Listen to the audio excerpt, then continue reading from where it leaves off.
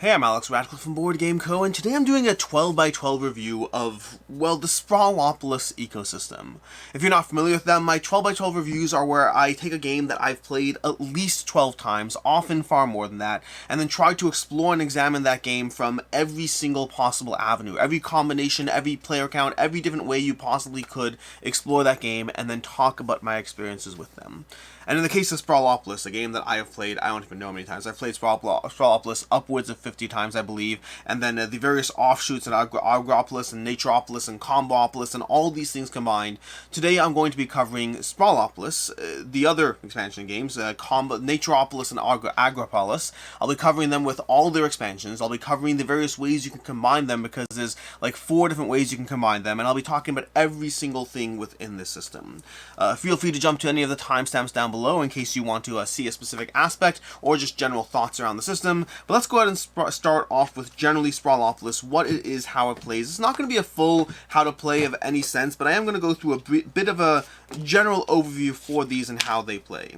Generally, Sprawlopolis is a 1 to 2 player experience in which you are trying to build a city while being mindful of the fact you have different scoring goals. You're going to just select 3 different scoring goals and then put them into play, and those will be your scoring goals for the round. You're going to use those and the specific targets in order to build out your city. From there, you're going to have a bunch of cards in front of you, and you're going to be going ahead and having a card down here that starts off your city, and you're going to be adding cards to that city in order to fulfill those scoring objectives. And they're all going to be different, and the back of every single card has a scoring objective. From there, let's say I take this, and I go ahead and put that there, and then I'll go ahead and take a new card, and then I want to try to figure out, well, we need a 1 point per road that does not end at the edge of the city. So if we can close off certain roads so they don't actually end at the end of the city, go ahead and get putting something like that over there. This road over here right now this road, if I do it like this over here is a road that does not end at the edge of a city, it ends inside the city. These are roads that end at the edge of the city. You're going to be trying to go through all the scoring goals and trying to build things out, also being mindful of not having too many roads in your city because you're going to lose points, and being mindful of building out large areas of the same color because those are going to be worth points. Basically, you're playing a bunch of cards, you're overlaying them. One thing I didn't really show you here is you can also overlay cards. They don't have to just go next to each other, but rather very often you might want to overlay things. So for example, over here, maybe we want to grow the size of our different areas here. This road will not be worth any negative points because it's a road that's in our city as per that card, and meanwhile I'm expanding the size of this gray area by overlaying cards. That's basically how you play Sprawlopolis. I've talked about this game extensively, we're going to come back to it shortly, but let's go ahead and talk about how Naturopolis and Agropolis differ from that, because they are, well, basically the same thing. We have Agropolis, which came after, and it gives you the same basic concept over here as far as the game system. We're going to go ahead and take these cards, take out these over here. There's going to be a whole lot of cards on the table today, and Agropolis is the exact same thing, but this time we have some different cards over here. We have these cards over here, which is different artwork, different styles and whatnot. There's going to be a focus on livestock pens, and then many of the scoring goals will focus on those livestock pens, as you have just the entire same ecosystem and structure, just with new cards, new things, not a ton of differences, and we'll talk more about them shortly. Then we also have Naturopolis over here, which Naturopolis is going to again be doing the exact same thing, this time with rivers thrown into the mix. So you have a new system as far as new cards, new goals, and all of that, but ultimately the same general concept. You're going to flip over different cards, have different goals, many of them related to the rivers or the campsites that will be along your pathway, and then again, go ahead and try to start building out your areas, combining them as much as possible in order to make the ideal scoring situation. Although in Naturopolis there are fewer roads, but you'll be losing 2 points per road. Small shift there, the focus on nature, all of that, that's going to be this system. These are the 3 different systems, and we'll talk about, well, I'm trying to think the order how to talk about different things here. But let's start talking about how you combine the systems. So, we have Combopolis over here, which before we talk about how to combine the systems, let's talk about the expansions that are present in every single one of these systems, because there are 2 expansions that are present in every single one of these, which are basically a starting points of interest and then an overlay card that will get in your way. So for example, in this system over here, we're going to have our points of interest card over here, which is a card that you put out, and then depending on which one of these you use on these sides, you're trying to score things next to those, and you'll get extra points for every one that surrounds the point of interest.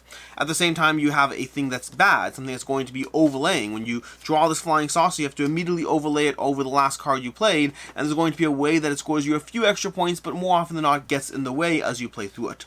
That expansion system is present in all three systems. They all have slight differences to the way they score, but it's the same basic system. They'll have one starting point of interest card and one overlay card. They have Rex Star in Sprawlopolis, they have this flying saucer in Agropolis, and then they have the what do they have in Sprawlopolis? They have Loch Ness in Naturopolis, a giant, Loch Ness monster going over everything else. And they all have small different ways that they work, but those two expansions are present in all of them. Then in Sprawlopolis, we have a whole bunch more of expansions in this full expansion collection wallet.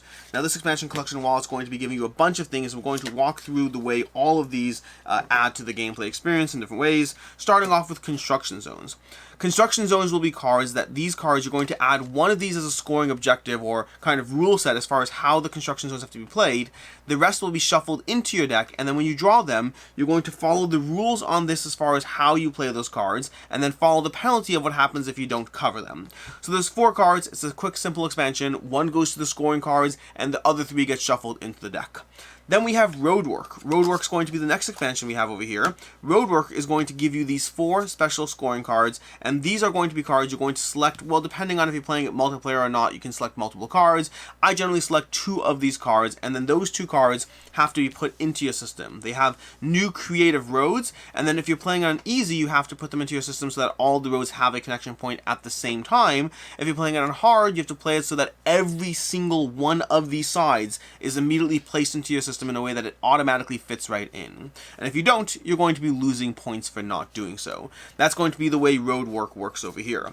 Then we have the next expansion, which is going to be the Interstate. Now, let's cover beaches first, because Interstate is actually fairly complicated.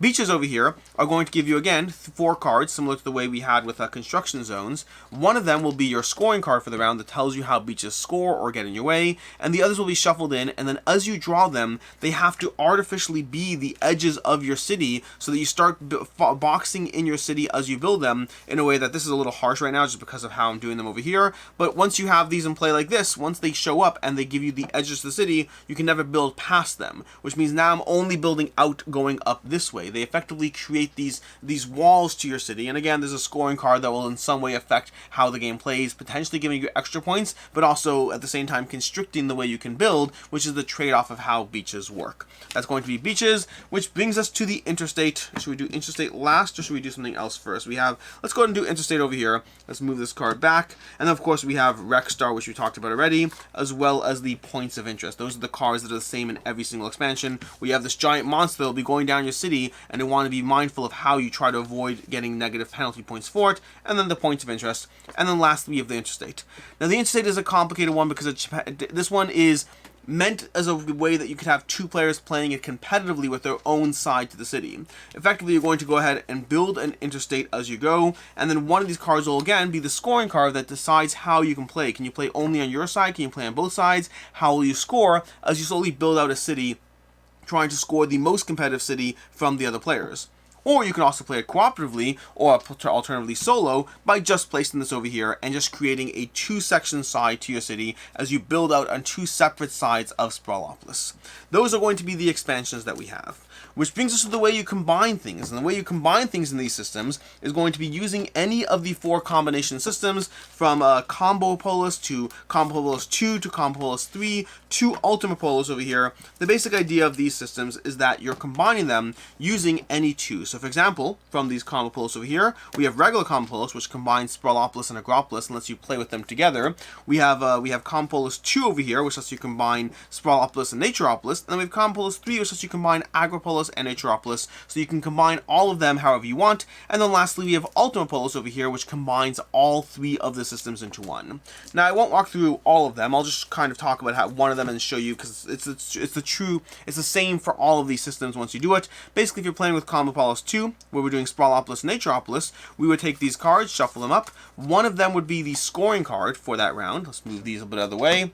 And one of them would be the scoring card for the round. One of them would be your starting area, and the other 4 go off to the side. They aren't used this game.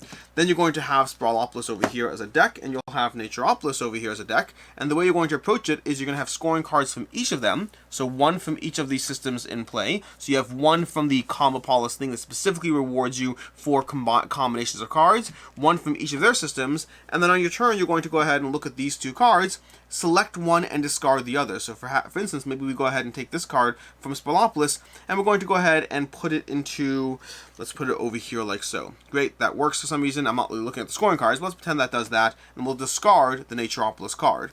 Then maybe this time around we take the Naturopolis card, and we'll put that into play. Maybe we'll put it over here in some way, shape, or form. I don't even know what we're doing or why we're doing it. Maybe I'll put it over here, and then again, discard the Sprawlopolis card. And so you're taking those systems, those cards from two of them. You'll have a single Combopolis card that is scoring, as well as a single Combopolis card that is the scoring criteria. And then from there, you are simply using the two different systems. So you'll still be using only the exact number of cards you normally would, but instead of the typical agency you generally have, where you are going to be having a bunch of cards in front of you, you're doing so by just looking at the top card from each of these decks and then playing them accordingly.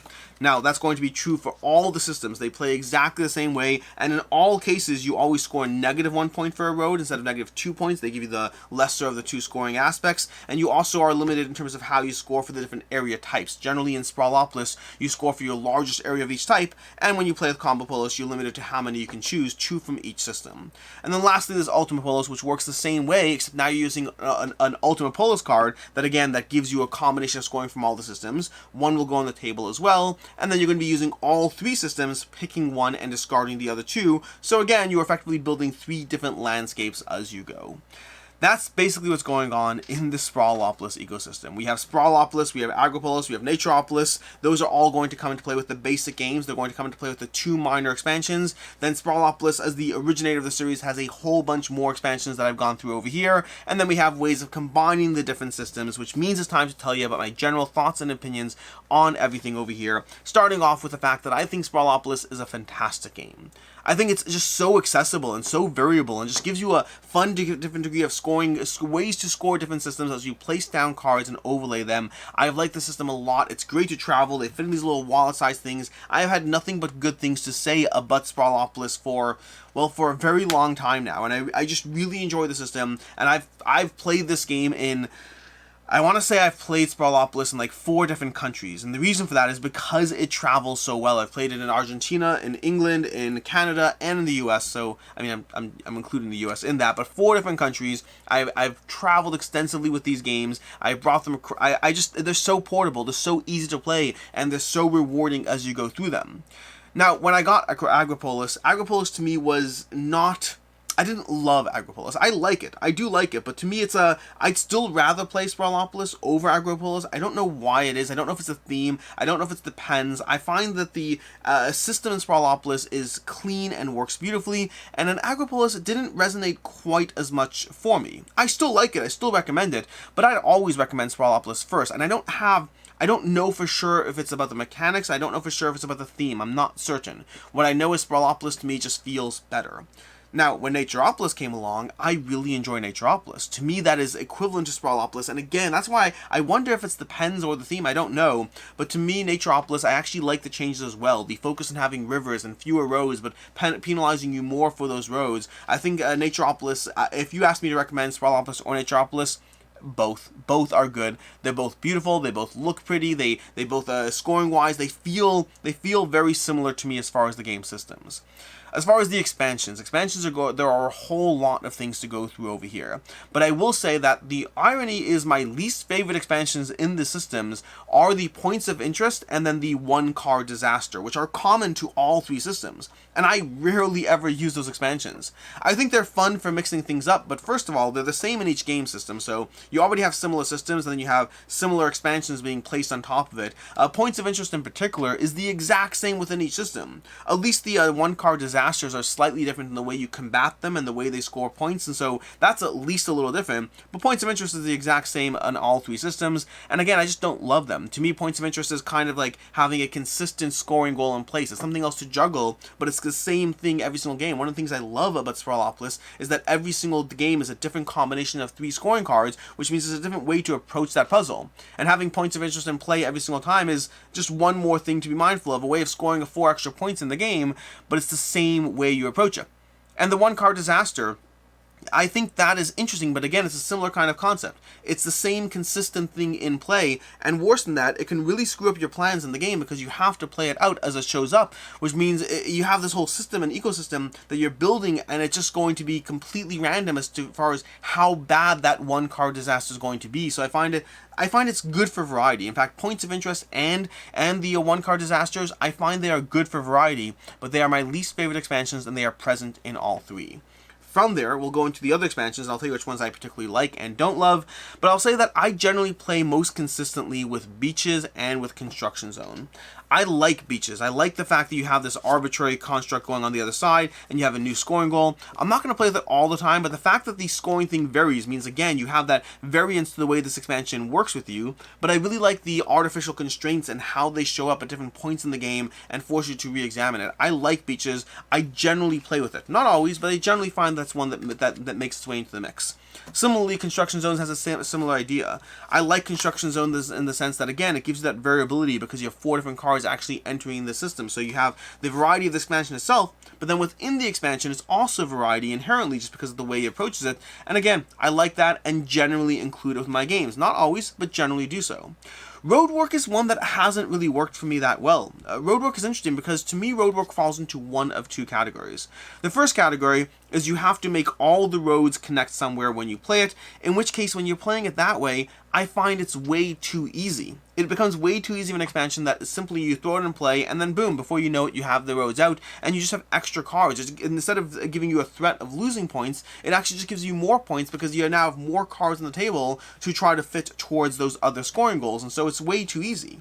The flip side is when you play it on the harder mode, I find it's way too hard. When you play it on the mode in which you have to get all the sides of every single road in play, otherwise you're going to lose the points, I find in those cases it is almost always more efficient to simply lose the points. The amount of points I have to give up in terms of trying to make everything work, I find myself focusing very heavily on creating a situation in which this road fits in perfectly. Usually by the time I go through all those hoops, it is easier to simply put that work, effort, and energy towards the scoring goals and just take the 3-point hit. Which means this is either too easy and helps you, or I'm just going to ignore its existence and focus on the game, and it is what it is. Now, it could be more interesting, where I think it arguably could be more interesting, is if you had to fit it in. But then the problem is because then it's not a point optimization thing, I have to, or I just lose. If I don't fit it in it, I lose.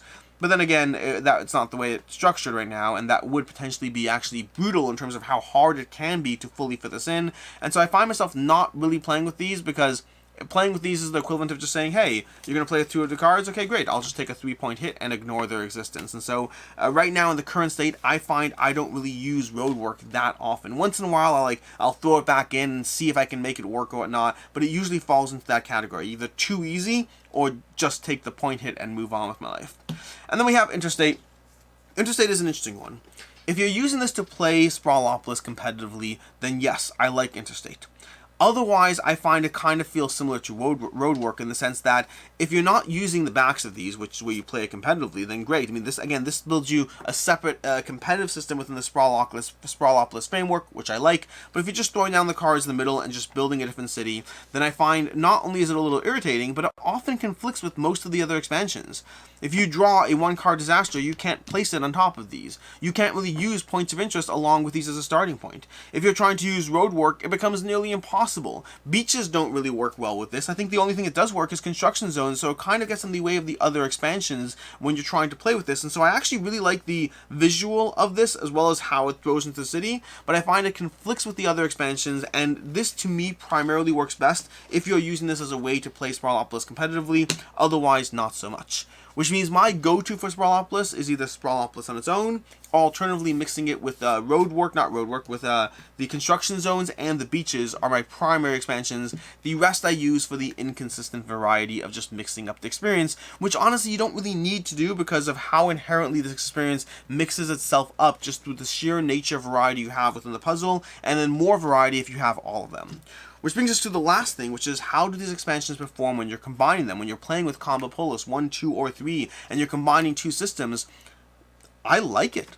Surprisingly so, I really like it when the games do that. And this is one of those things where generally with game systems like this, I find things that combine them are often a little more fiddly. I don't really use those things in other game systems. I don't use crossover packs in Massive Darkness and Zombicide. I get them, but I don't use them, practically speaking. I just don't need to, and they're a little bit more fiddly and more work involved.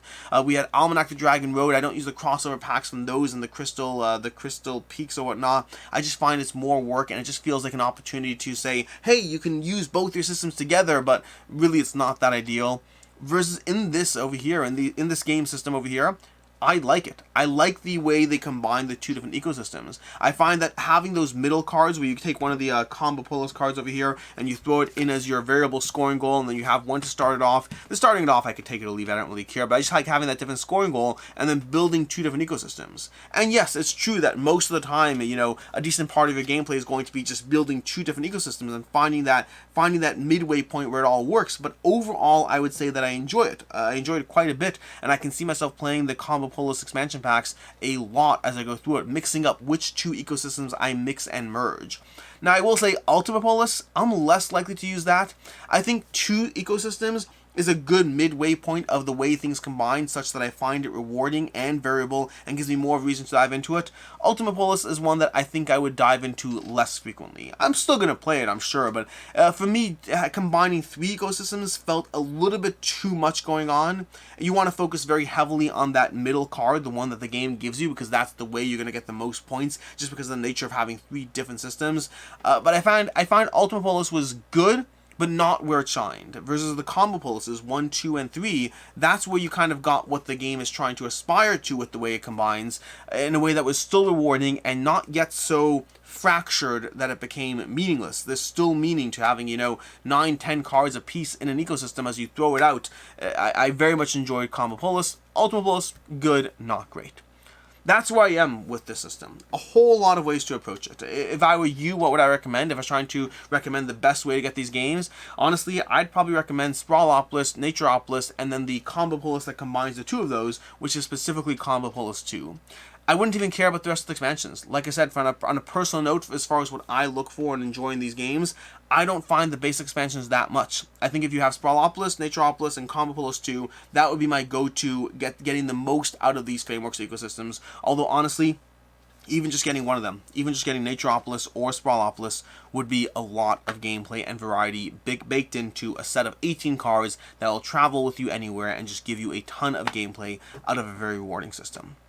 That is basically my 12x12 review of Sprawlopolis. I have played these games a lot. I have played all the various combinations of them. I've played Sprawlopolis with every single expansion, with tons of different combinations of expansions. I've played each of the Combopolis systems. I've played Ultimopolis. I've played this game 2-player, competitive, cooperative, and all of that.